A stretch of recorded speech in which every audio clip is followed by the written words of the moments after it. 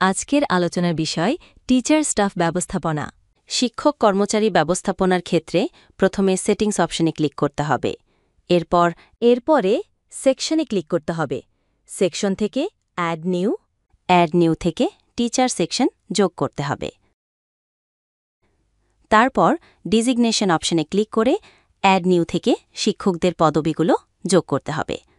এছাড়া education qualification option থেকে প্রয়োজন অনুসারে অন্যান্য তথ্য যোগ করা যাবে। এরপর ম্যানেজ থেকে লিস্ট অপশনে ক্লিক করি। এখান থেকে অ্যাড নিউ বাটনে ক্লিক করে শিক্ষকদের যুক্ত করা যাবে, অথবা ম্যানেজ থেকে অ্যাড অপশনে ক্লিক করেও শিক্ষক যুক্ত করা যাবে। এরপর এক্সেল আপলোড অপশন থেকে প্রয়োজন অনুসারে ফাইল ফরম্যাট ডাউনলোড করে সঠিকভাবে ফিল আপ করে ফাইল সিলেক্ট করে আপলোড বাটনে ক্লিক করতে হবে। একসাথে তথ্য আপডেট করার জন্য মাল্টিপল আপডেট বাটনে ক্লিক করি। ক্যাটেগরি সিলেক্ট করে আপডেটেড কলামস থেকে প্রয়োজন অনুসারে টিকমার্ক দিয়ে প্রসেস বাটনে ক্লিক করি। এখন তথ্যগুলো আপডেট করে সেভ বাটনে ক্লিক করি।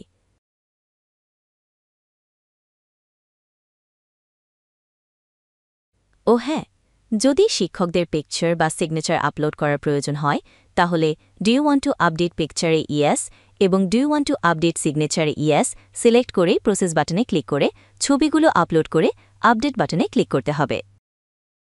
প্রসেস কোড আপডেট অপশন থেকে শিক্ষকদের ডিভাইসের মাধ্যমে অনলাইন হাজিরা নেওয়ার জন্য প্রসেস কোড রেডি করে নিতে হয়।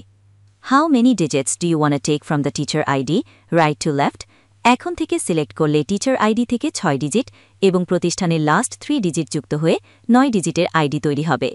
রিপোর্ট থেকে রিপোর্ট টিচারে ক্লিক করে প্রয়োজন অনুসারে কন্ডিশন সিলেক্ট করে রিপোর্ট কলামসে টিকমার্ক দিয়ে ভিউ রিপোর্টে ক্লিক করলেই রিপোর্ট প্রিন্ট করতে পারব। ধন্যবাদ সময় দিয়ে ভিডিওটি দেখার জন্য। ইনশাআল্লাহ পরবর্তী আলোচনায় দেখা হবে।